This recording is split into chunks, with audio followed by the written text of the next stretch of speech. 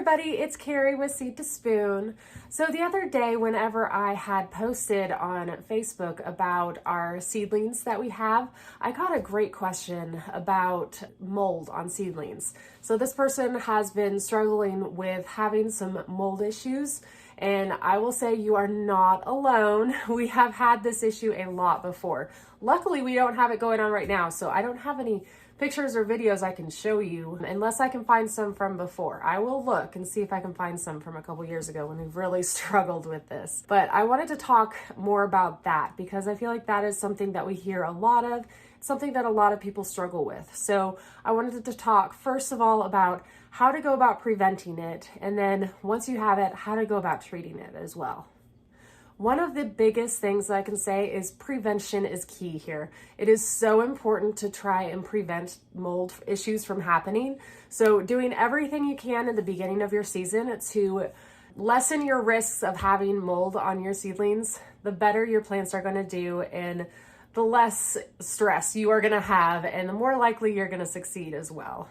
So a couple of the biggest causes of mold on your seedlings, first of all, is going to be lack of airflow. So if you have like a lid on your seedlings, kind of like I have back here, but you don't have the vents open on top, or you're not venting them yourself, maybe it's not one you can vent, maybe you need to just remove the top to get some airflow in. Another thing that you can do to help with the airflow in this area is to put a box fan or just, some sort of little tabletop fan nearby. That's one of the reasons why in our other bigger seed starting area, I'll pull in a picture over here, we include a big box fan on the side of one of them to help with the airflow. So that way it helps for two different reasons. It helps to prevent mold issues.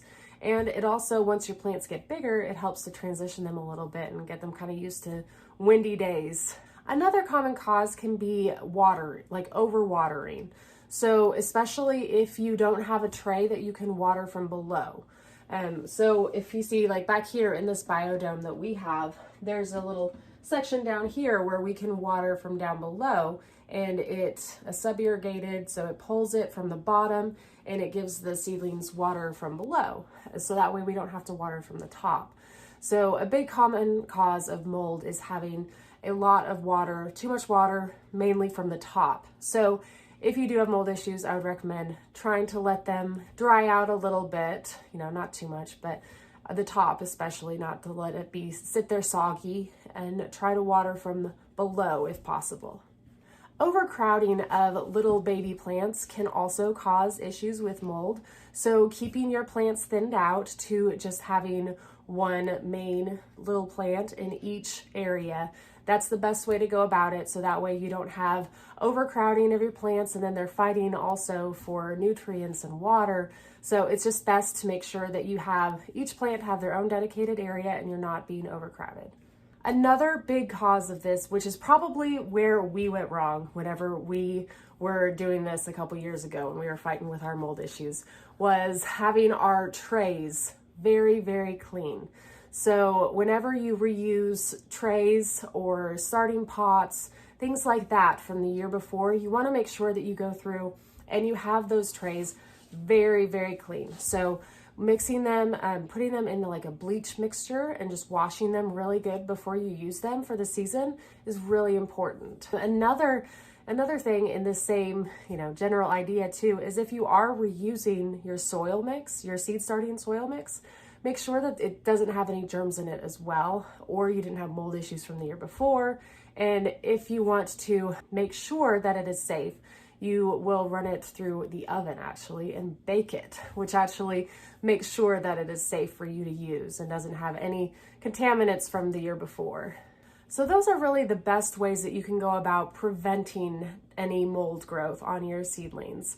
So if you've done all that and you still have mold, or if you accidentally did something wrong and you have mold now, how to go about treating it can be a little bit more tricky, but it's definitely still manageable. First of all, what you want to try and do is remove as much mold as possible without hurting the seedlings. So without hurting the seedlings is really key here, because you do not want to disrupt those roots or anything. So usually I stick away from the plant and I get the stuff that's on the side. So if you kind of scrape off a little bit, even just using like a toothpick to kind of scrape it off to the side and pick it up, that'll be the best. So just removing as much of the excess mold as you can is the first thing that you want to do. Now, next you want to try and let the seedling dry out as much as possible. So prevent, this soggy, wet environment that mold loves. So try and let it dry out a little bit, especially on the top. Again, if you can, water from below, so that way the plants are still getting water from below and not up on top. So do not water up on top, and let them kind of dry out a little bit. Then you can also make a mixture of, there's two different ones that you can do. The one that we did whenever we were fighting our mold issues was a mixture of hydrogen peroxide and water. But you can also do a mixture of bleach with water too to try and kill that mold. So what you want to do, it's just a small amount. So we did about a tablespoon of hydrogen peroxide for a cup of water. And then once you have that into a spray bottle, you can just spray where the affected areas are, and that will help to combat the mold issue areas that you have going on.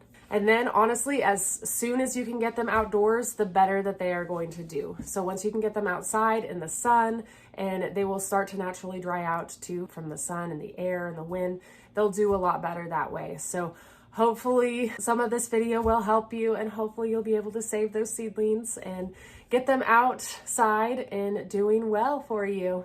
If anybody has any questions or any other suggestions, maybe there's something you've done in the past that's really helped you with mold issues, feel free to share them below. We love to hear new suggestions and new ideas. Thank you so much for watching. We'll see y'all next time.